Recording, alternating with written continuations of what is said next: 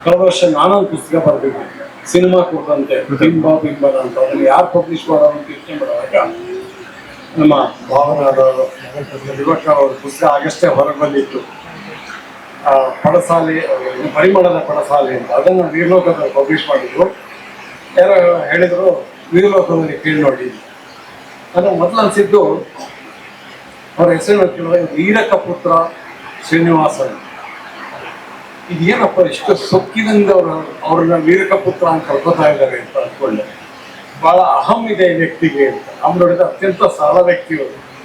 ಆಮೇಲೆ ಗೊತ್ತಾಯ್ತು ವೀರಕ ಪುತ್ರ ಅಂತ ಅವ್ರ ಊರಿನ ಹೆಸರು ಅಂತ. ಅವಾಗ ಅಂದ್ಕೊಂಡೆ ಶ್ರೀನಿವಾಸ ಅವರು ಅಲ್ಲಿ ಹೊರಟೋದಕ್ಕೂ ಒಂದು ಕಾರಣ ಇರಬೇಕು. ಯಾಕಂದ್ರೆ ಅವರು ವೀರಕ ಪುತ್ರ ಅಲ್ಲ, ಅವರು ವೀರಪುತ್ರ. ಕನ್ನಡದ ಸಾರಸ್ವತ ಕಣ್ಣ ಅಂತ ಒಬ್ಬ ವೀರ. ಹಾಗಾಗಿ ಕನ್ನಡ ಸಾಹಿತ್ಯ ಲೋಕದ ವೀರ ಯಾರು ಅಂತಂದ್ರೆ ಶ್ರೀನಿವಾಸ ಅವರು. ಹಾಗಾಗಿ ವೀರಲೋಕಕ್ಕೆ ಅದರದ್ದೇ ಆದ ಒಂದು ವಿಶಿಷ್ಟ ಸ್ಥಾನ ಇದೆ. ನನಗೆ ಈ ಕಾರ್ಯಕ್ರಮದ ಮುಖ್ಯ ಇದಾಗಿ ಬರಬೇಕು ಅಂತಂದಾಗ ಯಾವ ವಿಷಯ ಕುರಿತು ಮಾತಾಡಲಿ ಅಂತ ಕೇಳಿದೆ. ಯಾಕಂದ್ರೆ ನಾನು ಕೇಳಿ ಸಾಹಿತ್ಯದ ಒಬ್ಬ ಸಿನಿಮಾದ. ಅದಕ್ಕೆ ವೀರಕಪುತ್ರ ಅವರು ಅದನ್ನೇ ಹೇಳಿದರು, ರಾಮೇಗೌಡರು ಅದನ್ನೇ ಹೇಳಿದರು, ನಿಮಗೆ ಸಾಹಿತ್ಯಕ್ಕೆ ಹೇಗೆ ಪ್ರವೇಶ ಆಯಿತು ಅಂತ ಹೇಳಿ. ಆ ಮೂಲಕ ಇಲ್ಲಿ ನಡೆದಂಥ ವಿದ್ಯಾರ್ಥಿಗಳಿಗೆ ಒಂದು ಇನ್ಸ್ಪೈರಿಂಗ್ ಆದಂಥ ಒಂದು ಇನ್ಸ್ಪಿರೇಷನ್ ಸಿಕ್ಕಲಿ ಅಂತ ಅದು ವಿದ್ಯಾರ್ಥಿಗಳಿಗೆ ಕಾಣಿಸ್ತಾ ಇಲ್ಲ. ಅದು ಅವ್ರ ತಪ್ಪು ಅಲ್ಲ, ಊಟದ ಕಾಲ, ಅದರಿಂದ ಎಲ್ಲ ಊಟಕ್ಕೆ ಹೋಗಿರ್ಬೋದು. ನಾನು ಮಲೆನಾಡಿನಲ್ಲಿ ಸಾಮಾನ್ಯವಾಗಿ ಮಧ್ಯಮ ವರ್ಗ ಮತ್ತು ಮೇಲು ಮಧ್ಯಮ ವರ್ಗದಲ್ಲಿ ಒಂದು ಲೈಬ್ರರಿ. ಎಲ್ಲರ ಮನೆಯಲ್ಲೂ ಪ್ರತಿ ವರ್ಷ ಪ್ರಕಟವಾದ ಅನೇಕ ಕಾದಂಬರಿಗಳನ್ನು, ಕಥಾಪುಸ್ತಕಗಳನ್ನು, ಕನ್ನಡ ಪುಸ್ತಕಗಳನ್ನು ಸಂಗ್ರಹಿಸುವ ಒಂದು ಅಭ್ಯಾಸ ಉದ್ದಕ್ಕೂ ಇದೆ. ನಮ್ಮ ಮನೆಯಲ್ಲೂ ಆ ಥರದ ಒಂದು ಗ್ರಂಥಾಲಯ ಕೂಡ ಇದೆ. ಸುಮಾರು ಆಗಿನ ಕಾಲಕ್ಕೆ 1000ಕ್ಕೂ ಮೇಲ್ಪಟ್ಟಂತ ಕಥೆ, ಕಾದಂಬರಿ, ವಿಚಾರ ಸಾಹಿತ್ಯ, ಜೀವನ ಚರಿತ್ರೆ, ಪ್ರವಾಸ ಕಥನ ಎಲ್ಲವೂ ಇದೆ. ನಮಗೆ ಮಲೆನಾಡಿನಲ್ಲಿ ನಮಗೆ ಮಾತಾಡೋಕ್ಕೆ ಯಾರೂ ಸಿಕ್ಕಲ್ಲ, ಗೊತ್ತಲ್ಲ. ಶಾಲೆಯಿಂದ ವಾಪಸ್ ಬಂದರೆ ಯಾರೂ ಸಿಗ್ತಿರ್ಲಿಲ್ಲ ಮಾತಿಗೆ. ಅವಾಗ ನಮ್ಮ ಮಿತ್ರ ಯಾರು ಅಂತಂದ್ರೆ ಪುಸ್ತಕಗಳೇ. ಇನ್ನೊಂದ್ಸಲ ಯೋಚನೆ ಮಾಡ್ತೀನಿ, ಪುಸ್ತಕಗಳು ಇಲ್ಲದೆ ಅಂತ ನಾವು ಏನಾಗ್ತಿದ್ವೋ ಗೊತ್ತಿಲ್ಲ.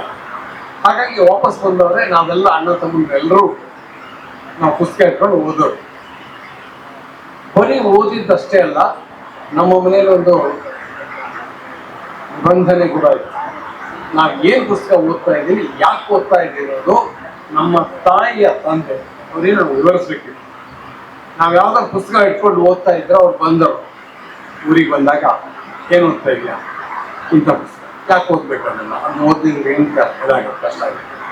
ನಾವು ಅವ್ರಿಗೆ ಎಕ್ಸ್ಪ್ಲೈನ್ ಮಾಡಬೇಕು, ಈ ಕಥೆ ಇದರ ಹಿನ್ನೆಲೆ ಹೇಗೆ. ಆಗ ಅವ್ರು ಹೇಳೋರು ಅದಲ್ಲ, ಒಂದು ಕಥೆಯನ್ನ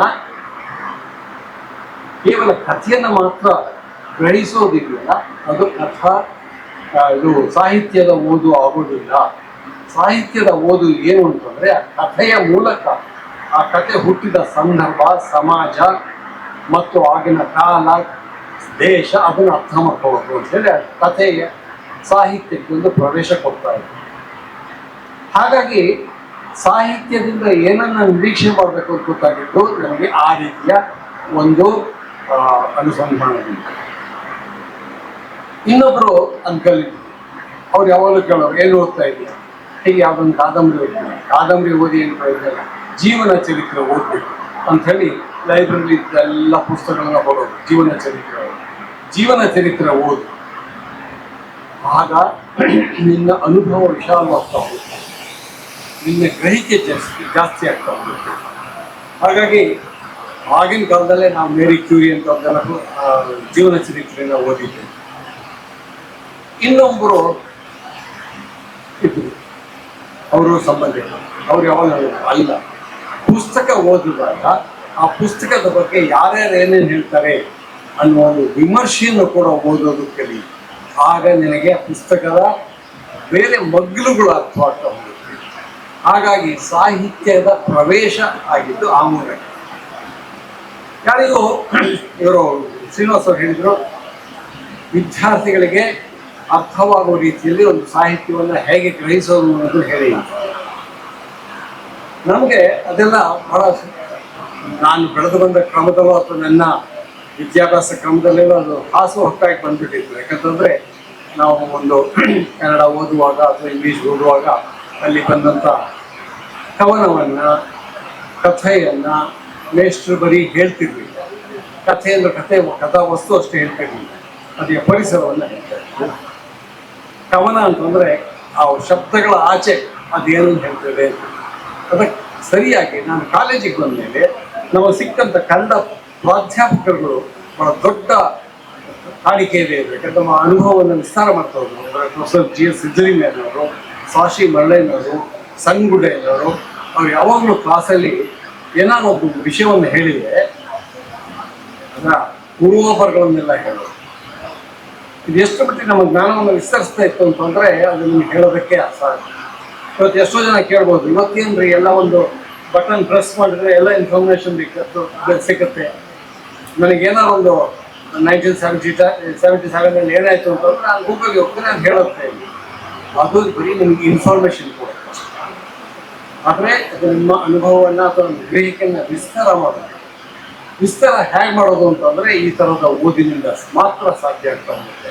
ಯಾಕೆಂತಂದರೆ ಒಬ್ಬ ಚೋಮನ ಕಥೆಯನ್ನು ಹೇಳುವಾಗ ಶ್ರೀರಾಮ್ ಕಾರಂತರು ಕೇವಲ ಚೋಮನ ಬಗ್ಗೆ ಹೇಳೋದಿಲ್ಲ, ಒಬ್ಬ ನಾಯಿಗುತ್ತಿ ಕಥೆಯನ್ನು ಕುವೆಂಪು ಹೇಳ್ತಿರೋದಿಲ್ಲ. ಆ ಮೂಲಕ ಆ ಕಾಲವನ್ನು ಹೇಳ್ತಿರ್ತಾರೆ, ಆ ಕಾಲದ ರಾಜಕೀಯ ಸಂಘರ್ಷಗಳನ್ನು ಹೇಳ್ತಿರ್ತಾರೆ, ಆ ಕಾಲದ ಸಾಮಾಜಿಕ ತಲ್ಲಣಗಳನ್ನು ಹೇಳ್ತಿರ್ತಾರೆ. ಹಾಗೆಯೇ ಕೇವಲ ನಾನು ಹೇಳೋದು ಕೇವಲ ಸಾಹಿತ್ಯ, ಇದು ಕಥಾ ಸಾಹಿತ್ಯವನ್ನು ಮಾತ್ರ ಓದಿ ನಾನು ಹೇಳ್ತಿಲ್ಲ, ವಿಚಾರ ಸಾಹಿತ್ಯವನ್ನು ಓದಬೇಕು. ಅದು ಓದಿದಾಗಲೇ ನಮ್ಮ ಇದು ಅನುಭವ ವಿಸ್ತಾರವಾಗ್ತದೆ. ನಾನು ಪೂನಾ ಇನ್ಸ್ಟಿಟ್ಯೂಟಲ್ಲಿ ಸೇರಿಕೊಂಡಾಗ ನನ್ನ ದೊಡ್ಡ ಶಾಕ್, ಕಲ್ಚರಲ್ ಶಾಕ್ ಏನಾಗಿತ್ತು ಅಂತಂದರೆ, ನಾನೊಬ್ಬ ವಿಜ್ಞಾನದ ವಿದ್ಯಾರ್ಥಿ, ಅದರಲ್ಲೂ ಔಷಧಶಾಸ್ತ್ರದ ವಿದ್ಯಾರ್ಥಿ. ನಮಗೆ ಔಷಧಶಾಸ್ತ್ರ ಮತ್ತು ಮೆಡಿಕಲ್ ಸೈನ್ಸ್ ಬಿಟ್ಟು ಬೇರೆ ಏನೂ ಗೊತ್ತಿರಲಿಲ್ಲ. ಅಂಥ ನಮಗೆ ಅಲ್ಲೂ ಸೇರಿದಾಗ ಇದ್ದಕ್ಕಿದ್ದ ಹಾಗೆ ಸಾಹಿತ್ಯ, ಸಂಸ್ಕೃತಿ, ಸಂಗೀತ ಇದ್ರ ಬಗ್ಗೆಲ್ಲ ಮಾತಾಡಿದಾಗ ನಮ್ಗೆ ಅರ್ಥವೇ ಆಗ್ತಿರ್ಲಿಲ್ಲ. ಆಗ ನನಗೆ ಒಂದ್ಸಲ ನಮ್ಮ ಪ್ರೊಫೆಸರ್ ಬೈದಿದ್ರು ಕೂಡ, ನಿಮಗೇನು ಗೊತ್ತಿಲ್ಲ ಅಂದಲ್ಲಿ ಯಾಕೆ ಬಂದು ಸೇರಿದೆ. ಆಗ ನಾನು ಅಂದ್ಕೊಂಡೆ, ಇವತ್ತಿಂದಲೇ ನಾನು ನನ್ನ ಫುಲ್ ಟೈಮ್ ಬರೀ 2 ತಿಂಗಳು ಆಗಿರಲಿಲ್ಲ, ಇನ್ಮೇಲೆ ನಾನು ಪ್ರತಿ ದಿವಸ ಬೆಳಗಿಂದ ಸಾಯಂಕಾಲ ಲೈಬ್ರರಿ ಇರ್ತೀನಿ ಅಂತ. ಹಾಗಾಗಿ 3 ವರ್ಷದ ನನ್ನ ಪೂನಾ ಇನ್ಸ್ಟಿಟ್ಯೂಟಿನ ಇದರಲ್ಲಿ ಒಂದು ನನ್ನನ್ನು ಲೈಬ್ರರಿ ನೋಡ್ಬೋದಿತ್ತು, ಇಲ್ಲ ಥಿಯೇಟ್ರ್ ನೋಡ್ಬೋದು, ಸಿನಿಮಾ ನೋಡ್ತಿದ್ದೆ, ಇಲ್ಲ ಓದ್ತಾ ಇರ್ತಿದ್ದೆ. ಹಾಗಾಗಿ ಫೈನಲ್ ಇಯರ್ನಲ್ಲಿ ನಾನು ಬೆಸ್ಟ್ ಸ್ಟೂಡೆಂಟ್ ಅಂತ ಸೆಲೆಕ್ಟ್ ಆದಾಗ ಎಲ್ಲರೂ ಹೋಗಿ ನನ್ನ ರೂಮ್ಮೇಟನ್ನು ಅಭಿನಂದಿಸಿದ್ರು. ಯಾಕಂದರೆ ಅವನಿಗೆ ಬಂದಿದೆ ಅಂತ ಬಂದರು ಅವಾರ್ಡ್. ಯಾಕಂದರೆ ನಾನು ಯಾರು ಗೊತ್ತೇ ಇರಲಿಲ್ಲ. ನಮ್ಮ ಇನ್ಸ್ಟಿಟ್ಯೂಟಲ್ಲಿ ಬಹಳ ಒಳ್ಳೆಯ ಮೇಷ್ಟ್ರು ಯಾವತ್ತೂ ಈ ಥರ ಒಂದು ವಿಷಯವನ್ನು ತರಹದಲ್ಲಿ ವ್ಯಾಖ್ಯಾನಿಸ್ತಿದ್ರು. ಒಬ್ಬರು ಬಂದಿದ್ರು, Mysuru university Kannada English MA ಮಾಡ್ಕೊಂಡು. ಅವ್ರ ಜೊತೆ ಮಾತಾಡ್ತಾ ಇದ್ದಾಗ ಹೇಳ್ತಾರೆ, ನಮ್ಮ ಇನ್ಸ್ಟಿಟ್ಯೂಟಲ್ಲಿ ಬಹಳ ಒಳ್ಳೆಯ ಮೇಷ್ಟ್ರುಗಳಿದ್ದಾರೆ, ನಿಮ್ಮ ಅನುಭವದ ದಿಗಂತವನ್ನು ವಿಸ್ತರಿಸುವಂತಹ ಮೇಷ್ಟ್ರುಗಳಿದ್ದಾರೆ. ಅವ್ರು ಹೇಳಿದ್ರು, ನಾನು ಬಂದು 3 ತಿಂಗಳಾಯಿತು, ನಾನು ಎಲ್ಲ ಮೇಷ್ಟ್ರುಗಳನ್ನ ಪಾಠ ಕೇಳಿದ್ದೀನಿ, but if you are not a student of Ananthamurthy, you have missed something in your life. ಏನು ಯಾಕಂದರೆ ನಮ್ಮ ಪ್ರೊಫೆಸರ್ಗಳಿಗಿಂತ ಅನಂತ ಮೂರ್ತಿ ಒಳ್ಳೆ ಮೇಷ್ಟ್ರು ಅಂತ ಗೊತ್ತಾಗ್ತದೆ. ಆಮೇಲೆ ಸಂಸ್ಕೃತಿ ಶಿಬಿರದಲ್ಲೋ ಇನ್ನೇನೋ ಅಂತಂದಾಗ ಅನಂತಮೂರ್ತಿಯವರು ಯಾವ ರೀತಿಯಲ್ಲಿ ನಮ್ಮ ಮನಸ್ಸನ್ನು ತರಿಸ್ತಾ ಹೋಗ್ತಾರೆ ಇಲ್ಲ ಅರ್ಥವಾಗ್ತಾರೆ. ಅವರು ಯಾವುದೇ ವಿಷಯವನ್ನು ತಗೊಳ್ಳಿ, ಯಾವುದೇ ಕಾದಂಬರಿಯನ್ನು ತಗೊಳ್ಳಿ, ಯಾವುದೇ ಕಥೆಯ ವಿಶ್ಲೇಷಣೆಯನ್ನು ತಗೊಳ್ಳಿ, ಆ ಕಥೆಗೆ ಮಾತ್ರ ಸಿಂಕ್ ಹೋಗೋದು. ಅಲ್ಲಿಂದ ಅವರು ಲೋಹಿಯಾಗಿ ಹೋಗ್ತಾರೆ, ಭಗವದ್ಗೀತೆ ಹೋಗ್ತಾರೆ, ಪುರಾಣಕ್ಕೆ ಹೋಗ್ತಾರೆ, ಶೇಕ್ಸ್ಪಿಯರ್ಗೆ ಹೋಗ್ತಾರೆ, ಕುವೆಂಪು ಬರ್ತಾರೆ, ಕಾರಂತರಿಗೆ ಬರ್ತಾರೆ. ನೀವು ಮಾತಾಡ್ತಿರೋದು ಯಾವುದೋ ಒಂದು ಅಬ್ದುಲ್ ಫುಗಾಡನ್ನು ಒಂದು 4, ಅದರಲ್ಲೂ ಕೂಡ ರೆಫರೆನ್ಸಸ್ ಯಾವುದೋ ಮರಳಿ ಮಲ್ಲಿಗೆಯಿಂದ, ಅಡಿಲ ಮೇಲೆಯಿಂದ, ಕುವೆಂಪು ಕಾದಂಬರಿಗಳಿಂದ, ಕುಮಾರವ್ಯಾಸನಿಂದ, ಉಪನಿಷತ್ ಕಥೆಗಳಿಂದ, ಗಾಂಧಿಯಿಂದ, ಲೋಹಿಯಾನಿಂದ, ಮಾರ್ಕ್ಸ್ನಿಂದ, ಫ್ರಾಯ್ಡ್ನಿಂದ, ಲಾರೆನ್ಸ್ನಿಂದ ಒಂದು ಕ್ಷಣದಲ್ಲಿ ಹೌದಲ್ವಾ, ಹೇಗೆ ಇಡೀ ಪ್ರಪಂಚವನ್ನು ನಾವು ಹೋಲಿಸ್ಟಿಕ್ ಆಗಿ ನೋಡ್ಬೋದು ಅಂತ ಅರ್ಥ ಆಗ್ತಾ ಉಂಟು. ಒಂದು ಬಿಟ್ಟು ಇನ್ನೊಂದಿರೋಲ್ಲ ಅಂತ ಹೇಳಿದ್ರು. ಈ ಜ್ಞಾನ ನಿಮಗೆ ಸಾಹಿತ್ಯದಿಂದ ದೊರಕುತ್ತೆ ಹೊರತು, ಓದುವಿಕೆಯಿಂದ ದೊರಕುತ್ತೆ ಹೊರತು ಸೋಷಿಯಲ್ ಮೀಡಿಯಾದಿಂದ ಬರೋದಿಲ್ಲ, ನಿಮ್ಮ ಗೂಗಲ್ನಿಂದ ಬರೋದಿಲ್ಲ. ಗೂಗಲ್ನಿಂದ ಲಾರೆನ್ಸ್ ಅಂತ ಹಾಕಿದ್ರೆ ಸಣ್ಣ ಲವರ್ಸ್ ಏನಂತ ಮೋಸ ಒಂದು ಫಿನಾನ್ಸಿಸ್ ಬರ್ಬೋದು. ಅದು ಅನಂತಮೂರ್ತಿ ಸಣ್ಣ ಲವರ್ಸ್ ಮಾತಾಡ್ಕೊಂಡಾಗ ಅದರಿಂದ ಮಹಾಭಾರತ ಬರ್ತಿದೆ, ಮಹಾಭಾರತದಿಂದ ಮಲೆಗಳಲ್ಲಿ ಮದುವೆ ಮಾಡಿ ಬರ್ತಿದೆ. ಈ ಥರದ ಜ್ಞಾನದ ವಿಸ್ತಾರ ಇದೆಯಲ್ಲ, ಅದು ನಿಮಗೆ ಗೂಗಲ್ನಿಂದ ಸಿಕ್ಕೋದಿಲ್ಲ. ಆದ್ದರಿಂದ ಸಾಹಿತ್ಯ ಓದೋದು ಬಹಳ ಮುಖ್ಯ. ಆ ಕಾರಣಕ್ಕೆ ಪುಸ್ತಕ ಓದುವುದು ಬಹಳ ಮುಖ್ಯ. ಪುಸ್ತಕ ಅಂತಂದ್ರೆ ಬರೀ ಕಥೆ ಪುಸ್ತಕ ಅಲ್ಲ, ಕಾದಂಬರಿ ಅಲ್ಲ, ಓದುವುದು ಬಹಳ ಮುಖ್ಯ. ಅದು ಇತಿಹಾಸ ಆಗಿರ್ಬೋದು, ಅದು ರಾಜಕೀಯ ವಿಶ್ಲೇಷಣೆ ಆಗಿರ್ಬೋದು, ಅಥವಾ ವೈಜ್ಞಾನಿಕ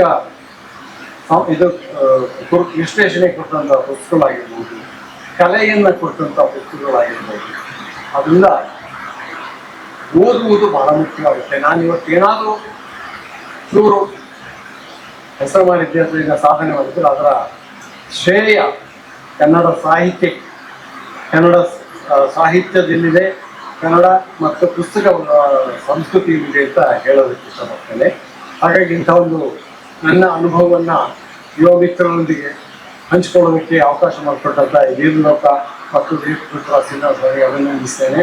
ದಯವಿಟ್ಟು ಪುಸ್ತಕಗಳನ್ನು ಓದಿ. ಈ 10 ಪುಸ್ತಕಗಳಷ್ಟೇ ಅಲ್ಲ, ವೀರಲೋಕದ ಪುಸ್ತಕಗಳನ್ನು ಅಷ್ಟೇ ಅಲ್ಲ, ಕನ್ನಡ ಸಾಹಿತ್ಯ ನಿಮಗೆ ಇಂಗ್ಲೀಷ್ ಬರ್ಬೋದು, ಇಂಗ್ಲೀಷ್ ಇದಕ್ಕಿಂತ ಎಷ್ಟೋ ಹೆಚ್ಚು ಪುಸ್ತಕಗಳು ಸಿಗ್ಬೋದು, ವಿಷಯವನ್ನು ಇನ್ನೂ ಆಳವಾಗಿ ವಿಶ್ಲೇಷಿಸಿರ್ಬೋದು. ಆದರೆ ಕನ್ನಡದಲ್ಲಿ ಓದಿದಾಗ ನಮಗೆ ಸಿಕ್ಕುವ ಕೆಲವು ಒಳನೋಟಗಳಿವೆ. ಅದು ಸ್ಥಳೀಯದಿಂದ ಹುಟ್ಟೋದು, ಸ್ಥಳದಿಂದ ಹುಟ್ಟೋದು, ಇಲ್ಲಿಂದ ಹುಟ್ಟೋದು, ಕರ್ನಾಟಕದಿಂದ ಹುಟ್ಟೋದು, ನಮ್ಮ ಮನೆಯಿಂದ ಹುಟ್ಟೋದು, ನಮ್ಮ ಊರಿನಿಂದ ಹುಟ್ಟೋದು. ಹಾಗಾಗಿ ಅದು ನಿಮಗೆ ದಕ್ಕಿಸುವ ಒಳನೋಟಗಳಿದೆಯಲ್ಲ, ಅದು ಬಹಳ ವಿಶೇಷವಾದದ್ದು. ಆದ್ದರಿಂದ ಕನ್ನಡದಲ್ಲಿ ಪುಸ್ತಕಗಳನ್ನು ಓದಿ ವೀರರತ್ನಗಳನ್ನು ಬೆಂಬಲಿಸಿ ಅವರ ಬಳಗಕ್ಕೆ ಸೇರ್ಕೊಳ್ಳಿ ಅಂತ ನಾನು ಈ ಸಂದರ್ಭದಲ್ಲಿ ಕೇಳ್ಕೊಳ್ತಾ ಕೆಲವು ಮಾತುಗಳನ್ನ ಹೇಳ್ತೇನೆ.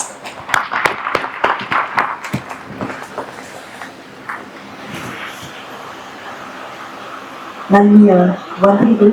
ಗಿರೀಶ್ ಕಾಸರವಳ್ಳಿ ಸರ್ ಅವರು ಎಷ್ಟೊಂದು ವಿಚಾರದ ಬಗ್ಗೆ ಮಾತಾಡ್ತಿದ್ರು. ಸರ್ ದಯಮಾಡಿ ವೇದಿಕೆ ಮುಂಭಾಗದಲ್ಲಿ ಕುಳಿತುಕೊಂಡು ಈ ಪುಟ್ಟ ಸನ್ಮಾನವನ್ನು ಸ್ವೀಕರಿಸಬೇಕು.